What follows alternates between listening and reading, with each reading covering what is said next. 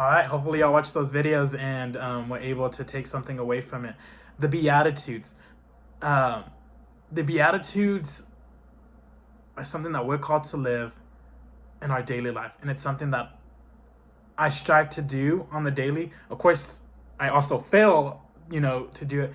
But one simple beatitude is something that I try to do, try to accomplish on my daily mission, because it's what we're called to. It's what we're called to do.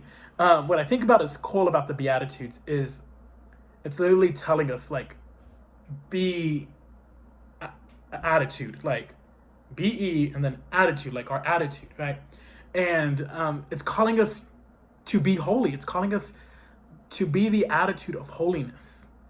And so whenever we ask ourselves, what would Jesus do?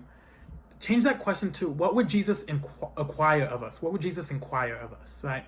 Because it's easy to say, oh, Jesus would do the right thing, right? But we would still, maybe not choose the answer that Jesus did because we don't feel adequate or we don't feel enough.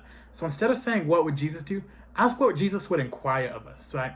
And what he would inquire of us are those beatitudes that we're called to follow.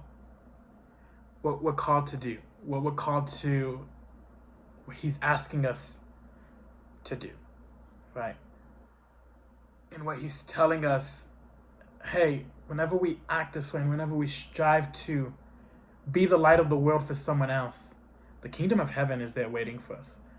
Because we're called to bring it here on earth. We're called to explore the gospels here on earth and evangelize to all nations. So think about that. So instead of the next time of saying, Jesus, what would you do in this situation? Ask him, Jesus, what would you inquire me to do in this situation? What are you asking of me to do in this situation?